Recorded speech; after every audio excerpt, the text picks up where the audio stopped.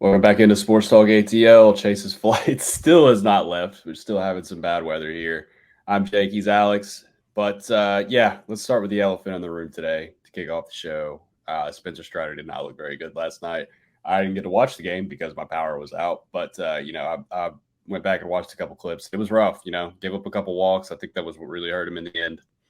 Probably one of his three worst outings of the season, undoubtedly. So yeah, I don't know. What did you think about it? Yeah, maybe his worst start.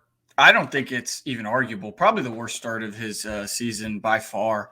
And he didn't look good, but there was a lot of unlucky balls. I saw somebody tweet Scott Coleman. I saw that He too. said his BABIP is 340, third highest in the majors, second largest ERA FIP differential. He's been incredibly unlucky. He's still a really, really damn good pitcher. But naturally, Braves fans are freaking out. We should have added at the deadline. And it feels like we're having the same conversation we did yesterday about this, where,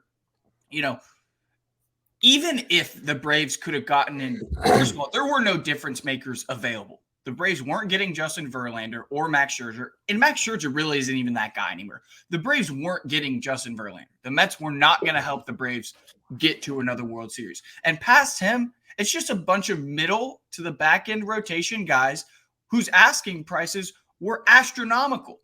So you're either going to get this guy for depth because he's not going to be a difference maker. Hell, he might not even get a real start in the postseason for a haul of prospects that the Braves don't have. So you're going to have to give somebody up like Vaughn Grissom or AJ Smith-Shawver, which is just ridiculous. I mean, not that, first of all, we're not getting rid of AJ Smith-Shawver. The kid's got frontline starter potential. We're not getting rid of him unless we have a bona fide ace coming back to us.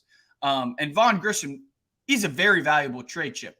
And to give him away for a 2-month rental that is just an average pitcher at best is not smart. It's not good business. And listen, if Spencer Strider is off this bad, the Braves are screwed either way.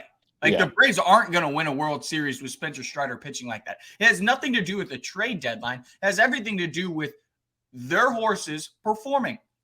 With that being said, one more thing, and I'll throw it back to you. No, you're good. It's like the offense goes through a weak slump, and everybody's like, calm down. Collectively, it feels like Braves fans are like, calm down, offense, they're going through a slump. They'll come out of it. But the pitching staff, for the first time all season, collectively, outside of Max Fried, collectively performed horribly this week. Bryce Elder, Charlie Morton, Spencer Strider all look terrible, and now it's the end of the world. It's like hitters can go through slumps, but pitchers can't go through slumps. Pitchers have bad days too. The overreactions are just ridiculous. We're still 10 games up. We're going to waltz into our 7th straight division title. I mean, it's not the end of the world, guys. We're 10, 15 games above 500 or 20 games above 500. I think it's 30. Oh my, yeah, guys. Spoiled Braves fans. Yeah, I'm not personally too concerned. I think Strider's going to be fine, but yeah, it's just a tough look for everybody right now. I don't think it's any cause for concern, and I do agree with you with the whole sentiment about the trade deadline.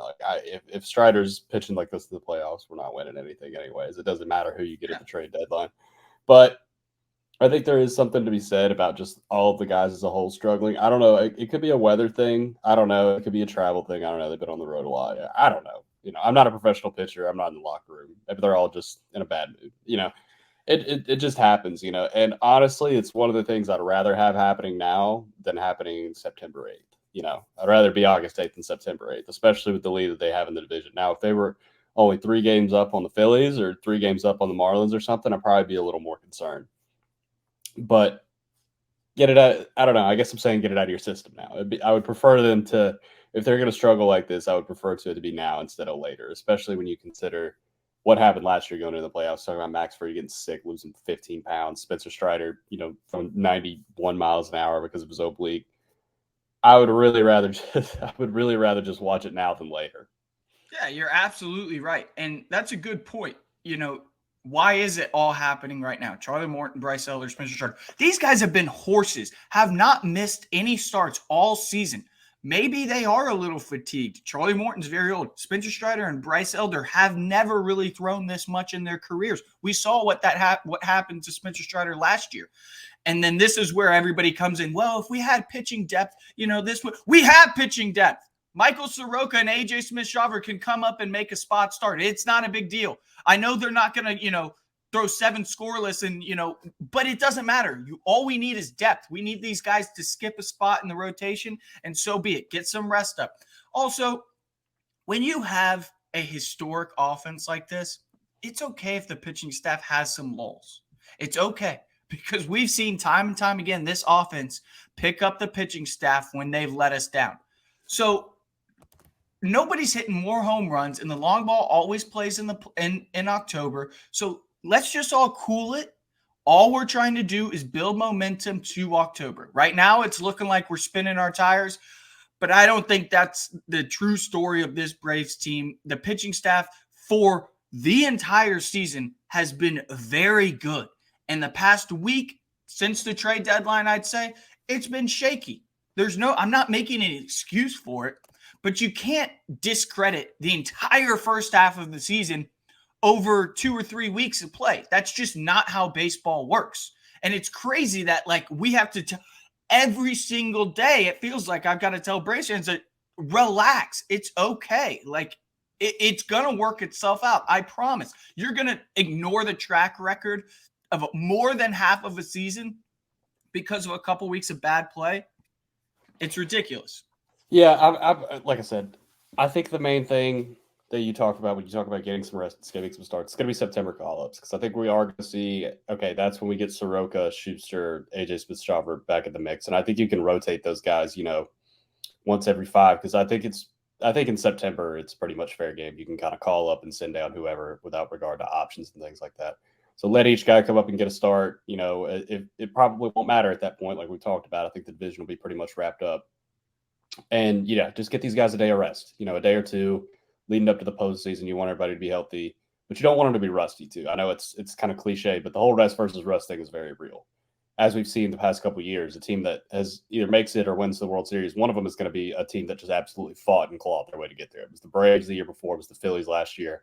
The Nationals were a wild card team, I believe. 2020, that really doesn't count that much.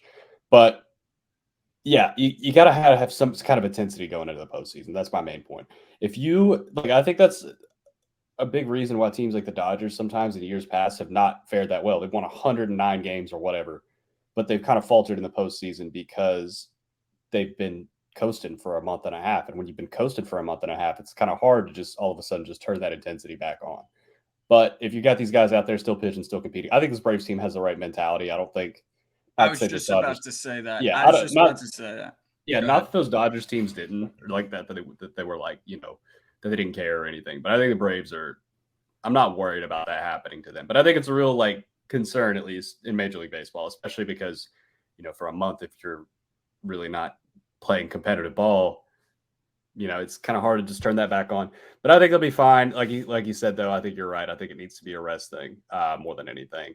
But yeah, I just don't want anybody to get hurt. That's my main thing. That's we're just trying to do this into the postseason. Keep it healthy and do this.